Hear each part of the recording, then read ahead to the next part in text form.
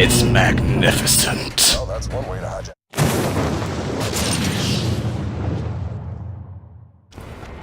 Yo, what is up guys, it's TyrantX1 here and welcome to another game review. This time I'm reviewing Borderlands 2, the sequel to the first Borderlands game. And the sequel continues to be an action role-playing first-person shooter. But compared to the first Borderlands, it has definitely made quite a lot of improvements compared to its predecessor. Now let's begin with the story. Now the story once again begins with a group of 4 vault hunters who have come to the Pandora looking for a new vault that's apparently turned up out of nowhere. And considering since the events of the first Borderlands, a lot of things have happened, which, like for example the increased iridium that is somehow spurted out of the planet. But they have come, but apparently these vault hunters have been set up by the villain known as Handsome Jack. And so a robot known as Claptrap, who that you've seen in the first Borderlands game, finds pretty much the Vault Hunters that somehow survived the explosion, the ambush that Jack set up for the Vault Hunters, and now they must somehow find a way to stop Jack from waking up this creature known as the Warrior from destroying Pandora, while also helping out the other Vault Hunters from the previous Borderlands game. Now, the story actually was pretty interesting, because it actually, for once, continues to, keep you entertained. The first Borderlands had the difficulty of keeping you entertained, mainly because pretty much everything they did was pretty boring. But the second Borderlands game actually does a lot of things that makes it a lot more interesting.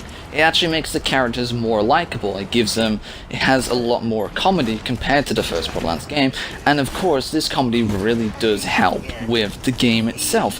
It is entirely entertaining. I've probably played this game like 5 or 6 times now, fully, and it just doesn't get any less funnier, no matter what.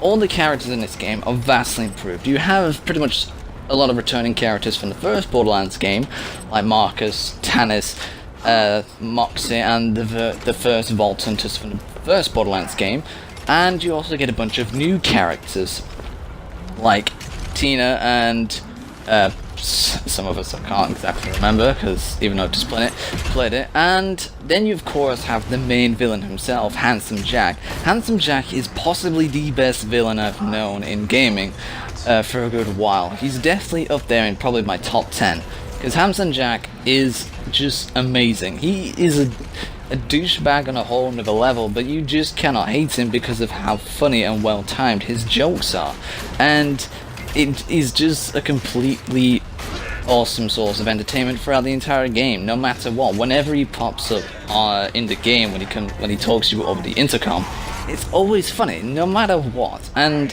he just really, the developers, 2K and Gearbox, did a very good job on making the story actually very likable, and the characters too. They actually did put a lot of effort into this game, and you even have a bit more lore for the characters. Like there's sort of like little telepads that give you a bit more background on certain events that happened. It like gives you background on the characters that you play in the game and the characters from the previous Vault Hunters from the first Borderlands, like stuff that happened in between the first and second Borderlands. The characters that you play in the second Borderlands now pretty much are very similar to the first Borderlands characters, though do look different. The soldier is, well, actually you have 4 starting classes, well, default classes. There's 2 extras as DLC, but the first 4 stars with Axton the Commander, who pretty much is much like Roland, who has a turret for his skill power. Then you have Salvador, who is a Gunzerker, who pretty much replaces Brick and basically is able to dual wield whatever weapon he's holding for a certain amount of time and just go completely berserk against his enemies, hence why he is a Gunzerker. Then you have Maya, who is the Siren of this game, who also is actually has the same sort of powers as Lilith does, but her powers mainly revolve around medicinal reasons, and her power is like a sort of a phase lock sort of power, where it traps the enemy inside of a time lock bubble, and then your teammates can then shoot that guy while he can't move. And then you have Zero, who is a number, apparently is what his type is called, and his special power is to go invisible, while also releasing a holographic display of himself, which is useful for distracting enemies. Now, each of these characters actually are pretty damn useful. Zero is very useful for when it comes to distracting your enemies and then getting like a nice stab in the back on the enemies, hence because your damage is increased when you're invisible. Maya is surprised is probably the most useful of the characters in the game. Lilith wasn't the most useful character in Borderlands. In fact, from my friend's experience as her in the first Borderlands, didn't really provide much help. And to be honest, Roland felt like the most useful character in the first Borderlands game. But in this game, Maya is surprisingly the most useful, as her powers actually are pretty damn destructive and helpful at the same time. They can be used for, like, taking a tough-ass enemy out of the picture, or you can actually heal your teammates when they're down by using that skill, which actually helps when you want to pick someone up very quickly, instead of having to revive them, like as usual. Axton is probably the next, is definitely useful too when it comes as a supporting role, because the turret like is again used for, very good for distracting the enemy. And then you have the Salvador. Salvador is probably the least useful, considering all he has is his Gunzerker mode. And yes, it's useful for like probably killing a whole bunch of enemies in a room, but tactically speaking, he's probably the one who's most likely to go down. Zero is mainly used, is probably the best one for when it comes to range, and then Maya and Axton are probably the best when it comes to full-on firefights. But yeah, I think definitely overall, the story has definitely been massively improved. All the characters are very likable and funny, and there even is a few plot twists in this game, much that actually are pretty surprising. And it's pretty interesting as a story. Like, you find out a lot more lore about Pandora, and it really does focus a lot more on the characters and the story overall. And the fact that it just gave a whole lot of concentration to Handsome Jack is possibly a job well done, because Handsome Jack is fantastic. The story in this game was just done immensely better than Borderlands 1, and yeah, it was an incredibly a much better improvement compared to the first Borderlands. Now let's talk about the way the game works. Now the game works very similar to the first Borderlands games. Each of the characters have their own specific skill sets that allows them to upgrade either their powers or their statistics in general, like gun damage, shield capacity, or maximum health. But there's also a new introduction, which is the Badass rank. Now the Badass rank allows the players to upgrade themselves even further in those specific sort of statistic areas like gun damage, shield capacity, accuracy, recoil reduction, and each of these are very useful and actually very helpful for your character when it comes to going into different areas. The weapons themselves are vastly improved. They look a lot different and less boring and more nicely designed compared to the first Borderlands game. They actually are pretty enjoyable to use as well, considering the different many types you will find in the game. And as well, there is another bonus to the weapons too in this game, which is elemental effects, which ranges from fire, acid, electricity, and slag. And each of these can be useful against different types of enemies, considering the types of enemies in this game have a specific health bar type that is useful for that specific elemental effect. The customization in this game is also vastly improved, as your character can change the color scheme. Well, they can change the color of their characters again, but there's a lot more variety and there's a lot more effort put into the color schemes, and you can even change the style of your character's head too. But the variety of heads isn't all that decent, and basically the best ones are probably the ones that are from the DLC stuff, as from what I've seen, the default stuff isn't all that interesting. But at least it's customization nonetheless, which is more than what the first Borderlands offered. Now there is also vehicles too in this game, like the Land Runner and the Bandit Technical. You get at least 2 vehicles this time in this game, and you can also customize them too with either different color schemes or by changing the turret that the second player can go into, from either being a rapid firing machine gun to a rocket launcher, which is actually very useful when you're going up against larger enemies. Now, the enemies themselves in this game, there is a lot more variety of enemies. In the first Borderlands game, you were mainly fighting against bandits or Crimson Raiders, and then you found the unexpected Iridian enemy type, whatever thing that was at the end of the first Borderlands game. In this game, you have a lot more things to worry about, considering not just the wildlife and bandits, but also the new enemy of the game, Hyperion.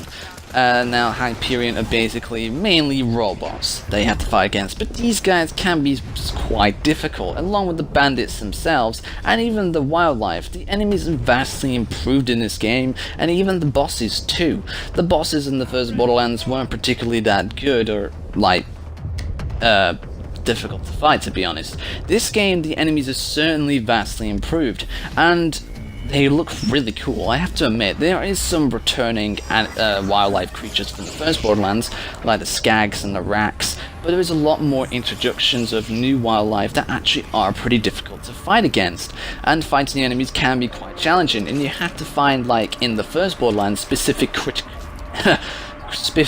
critical damaging points, which is always good to know.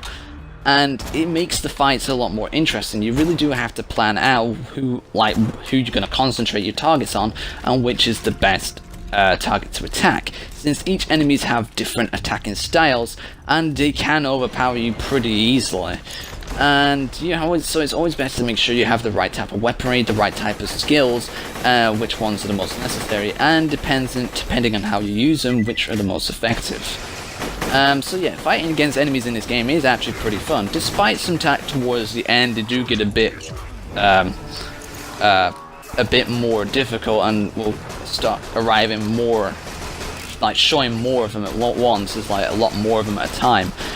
But it's still fun nonetheless, and the final boss itself, compared to the first Borderlands game, was actually pretty challenging. Even though there's like a simple, like, way to kill the warrior, it felt a lot more fun compared to the first Borderlands game. The bosses do feel a lot more well thought out, and are actually very interesting to fight against. So yeah, I think the enemies themselves have been improved vastly. Hell, there's even flying enemies in this game, like the bandits themselves have even got a few upgrades, like the freaking buzzards. And yeah, the missions themselves. Now the missions actually were pretty good too. It's like, even though the main missions are like where the plot mainly is, even the side missions themselves can be even fun to do. Especially when you get the commentary from like the people that are giving you these side missions. It is very entertaining. The side missions are actually well worth doing in the game, and they can be pretty funny. And when it comes to like weapons and stuff like that, getting them, there is a lot of loot boxes as well stashed around the entire world, which will give you like special weaponry and stuff like that. That'll help you along the way. And it is always fun, always screwing over your partner in the game, since considering you have no idea what you're gonna get, and you can just steal it from them no matter what. You can trade, but who really wants to trade in a game like this when stealing weapons is very fun? And there's also like some boxes that requires you to give a golden key to it, and you have no idea what you're gonna unlock. And it can always be funny when you get something that the other player can't necessarily have. Also that the players, the characters themselves also have like specific other things like shields, grenades. You can use those too, and the shields themselves also have specific abilities that can help protect you more or give you a bit of an advantage in a fight. There is also mods for each of your specific characters, and there is also relics, which also give you like an extra sort of thing, like an extra chance to unlock rare weaponry, increases your health and health regeneration, stuff like that. And they're all very useful, to be honest, all these extra abilities and stuff like that. There is definitely a lot when it comes to like powering up your character and stuff like that. So yeah, there's a lot more things to do in this game compared to the first Borderlands, for sure. Now, the way the world looks is a lot more interesting compared to the first Borderlands. The first Borderlands just looked like a barren wasteland of emptiness. There was really nothing to look at. But the second Borderlands actually has a lot more to it.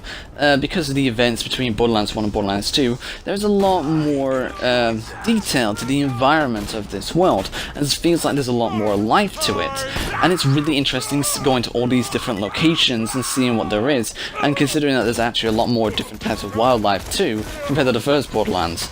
Like, you even go, you go to different type of places, like snow-capped mountains, volcanic iridium areas, open deserts, stuff like that. And it just really looks very nice to look at compared to the first Borderlands. And there's even like environmental plants and stuff that can actually help you out in fights that have certain abilities like fire and ice, or even acid, that can affect the enemy if you time your shots correctly. Now, what I really love about this game is the fact of how unserious it takes itself. The game is mainly designed for comedy, and it really does that comedy very well.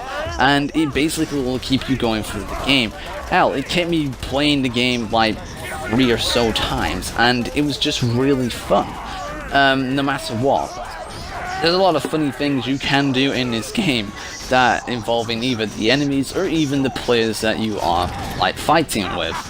And you even can do like sort of a duel thing with the other players. Like if you like melee a person, you can accept to a duel, and it's mainly just to show who can be. It's just there really.